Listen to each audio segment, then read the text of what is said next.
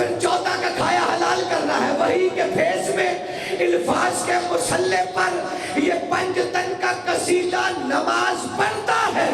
اے فاطمہ تیری کچی لحد کا رخ کر کے نبی کا آج بھی روزہ نماز پڑھتا ہے۔ بابا سے بلند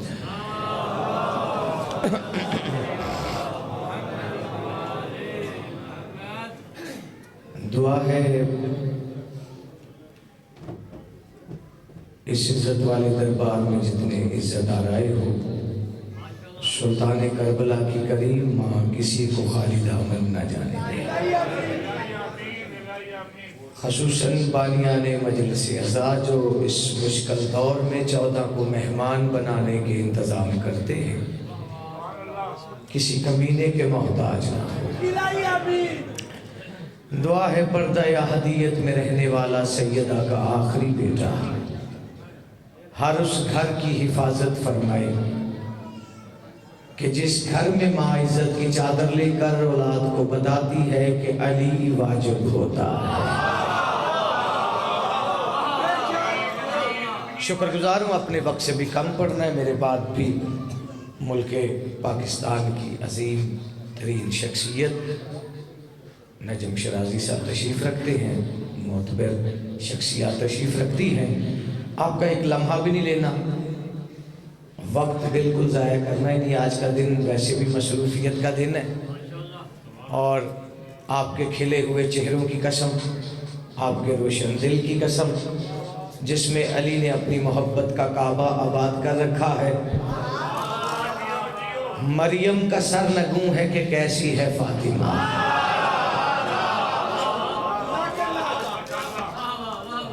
آج کا دن میں منت کر کے داد لوں نا تو آپ کے شیعہ ہونے کا کوئی فائدہ نہیں ہے۔ دل پہ دستک ہو تو پھر کھائے ہی حلال کرنا ہے نا۔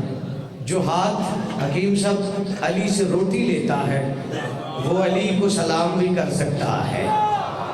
مصرع دل پہ دستک دے گا، مریم کا سر نگوں ہے بابا جی کہ کیسی ہے فاطمہ، حوا و آسیہ ہیں کہاں جیسی ہے فاطمہ۔ میں انتظار کر رہا ہوں، چونکہ اتنی بڑی شخصیت کے بعد مجھ جیسے کامل کو سننا بھی بہادری کی بات ہے، لیکن میں نے وہی کہنا ہے جو 14 ادا کرتے ہیں۔ منبر سے نہ کبھی کسی کا فقرہ کہا ہے نہ مصرع کہا ہے۔ میں تیسرے مصرعے کے لیے اپیل کروں گا، چوتھے پہ چاہے جیسے جی چاہے تیرا سن لینا، لیکن تیسرے مصرعے پہ جو بندہ بولے گا مجھے قیمت مل جائے گی۔ مریم کا سر نگوں ہے کہ کیسی ہے فاطمہ، حوا و آسیہ ہے کہاں جیسی ہے فاطمہ۔ نہ یہ جنی کسی سے نہ اس سے جنا کوئی۔ نہیں، یہ بات ہر بندے کے لیے تھی بھی نہیں۔ بولتا وہی ہے جس کی ماں نے جھنجھوڑ کے بتایا ہو کہ بیٹا جس علی کے بغیر اللہ کا اپنا گھر پورا نہیں ہوتا، بندوں کی نمازیں بھی پوری نہیں ہوتی۔ یہ بات اسی طرف جائے گی۔ مریم کا سر نگوں ہے کہ کیسی ہے فاطمہ، حوا و آسیہ ہے کہاں جیسی ہے فاطمہ۔ نہ یہ جنی کسی سے نہ اس سے جنا کوئی، پردے میں مصطفیٰ ہو تو ایسی ہے فاطمہ۔ کیا بات ہے، کیا بات ہے۔ آپ جی ہیں یا علی حسین کی مالا حاضر رکھی، آپ جی آپ کی کیا بات ہے۔ اچھا مصرعے بابا جی یاد آگئے، کافی سال پہلے ہوئے تھے، لیکن سرکار علامہ ناصر عباس صاحب بالکل ان کی شہادت سے چند دن پہلے ہی یہ مصرعے ہوئے، لیکن وہ 2 بار ملے، 2 بار انہی مصرعوں کی سفارش کی تو دل بن آیا ہے، اور جنت سے مہنگا ماحول ہے، جنت لے کر بیٹھے ہو نا۔ اچھا چپ ہو گئے۔ علی فرماتے جس کے سینے میں میری محبت ہے اور مجھ سے محبت کر کے اگر اسے جنت پہ شک ہو تو وہ کافر ہو جاتا ہے۔ کیا بات ہے۔ اس ہاتھ والے بھی جس کے ہاتھ اٹھ رہے ہیں اس میں جنت کی ٹکٹ ہے۔ وحی کے بھیس میں الفاظ کے مسلح اس ہاتھ والے بھی یار سر نہ ہلانا، مجھے پتہ نہیں چلتا آج کل سر ہلانے والے کا کہ یہ مولوی کی وجہ سے آیا ہے یا مولوی کے کہنے پر آئے یا مولا کی وجہ سے. آپ جیے آپ کے کھلے ہوئے چہروں کی قسم، وحی کے بھیس میں الفاظ کے مسلح پر یہ پنجتن کا قصیدہ نماز پڑھتا ہے. یہ پنجتن کا نتیجہ ہے تجھے فضاؤں خلاؤں میں لے اڑے تو پھر چوتھا کا کھایا حلال کرنا ہے. وحی کے بھیس میں الفاظ کے مسلح پر یہ پنجتن کا قصیدہ نماز پڑھتا ہے. اے فاطمہ تیری کچی لحد کا رخ کر کے نبی کا آج بھی روزہ نماز پڑھتا ہے. کیا بات ہے، کیا بات ہے. آپ جی شکر گزار. بابا جی حالات جتنے بھی خراب ہو نا، حالات جتنے بھی خراب ہو، اب تو اپنے بھی کہتے کہ احتیاط کرو. میں نے کہا بھئی علی پہ کیسی احتیاط؟ میں 4 مصرے کے بعد چہرہ دیکھوں گا اس یقین کے ساتھ کہ جتنا علی اندر ہوتا ہے اتنا زبان پر آ ہی جاتا ہے. اب دیکھنا ادھر میری طرف دیکھنا. احتیاط علی پہ کیسی؟ ویسے بھی میں نے کہا قبلہ صاحب میری حیثیت ہی کچھ نہیں. بسم اللہ علامہ صاحب توجہ ہے آپ کی؟ نہ مصرے اتنے قیمتی ہیں، میں آپ کی سماعت کا انتظار کروں گا. میں نے کہا میری تو اوقات ہی نہیں، میری حیثیت ہی نہیں، میرے چپ ہونے سے. میں نے کہا قبلہ آپ کو کوئی فائدہ ہونے والا نہیں، چونکہ میری تو اوقات ہی نہیں ہے. میں چپ کر بھی گیا نا تو آپ کو کچھ فائدہ ہونے والا نہیں. کیوں؟ کیونکہ لہو جائز ہو نبضوں میں محبت ہو ہی جاتی ہے. نہ تیرا ہاتھ علی سے روٹی لیتا ہے تو سلام بھی کر سکتا ہے. مصرع کہنے کے بعد چہروں کی زیارت کروں گا. لہو جائز ہو نبضوں میں محبت ہو ہی جاتی ہے. علی لکھا ہوا پڑھ لے عبادت ہو ہی جاتی ہے. کیا بات ہے یار، کیا بات ہے. لہو جائز ہو نبضوں میں محبت ہو ہی جاتی ہے. علی لکھا ہوا پڑھ لے عبادت ہو ہی جاتی ہے. اور ہمیں تو لب کشائی کی ضرورت ہی نہیں رہے. علی کا بغض دل میں ہو تو لعنت ہو ہی جاتی ہے.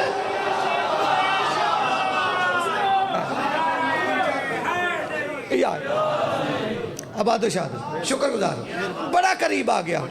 یہی آج کے دن کی بات اور اس کے بعد 2 جملے مصیبت کا سننا. میں نے اتنا ہی پڑھنا تھا لیکن اس میں 1 صدی کا سفر ہے. اب تو چونکہ ذہن اور بیدار ہو چکے ہیں تو اب میں منت بھی کروں گا کہ تھوڑی سی ڈبل توجہ چاہیے. اللہ نے کہا میرے حبیب 40 روز تک خدیجہ کے حجرے میں نہیں جانا. 40 روز گزر گئے. توجہ 41واں روز آیا. قبلہ آپ نے توجہ فرمانی تھوڑی سی.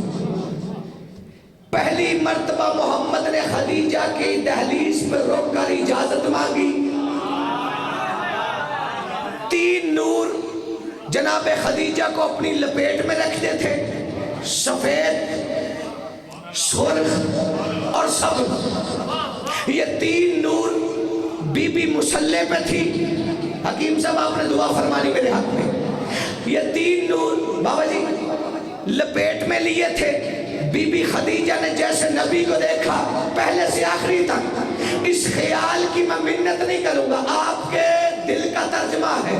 بی بی نے پہلی بار مسلح سے جب محمد کو دیکھا فرماتی میرے حبیب حقیقت سنے خدیجہ سے، تیرے بغیر دعا میں اثر نہیں آتا اور کسا سے دیکھ رہی ہوں حجاب وحدت میں سوا بطول کے کچھ بھی نظر نہیں آتا.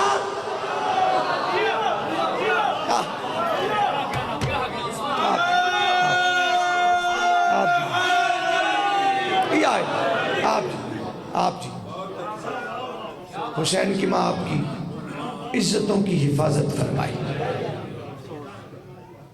نہ روئے تو کسی اور غم میں.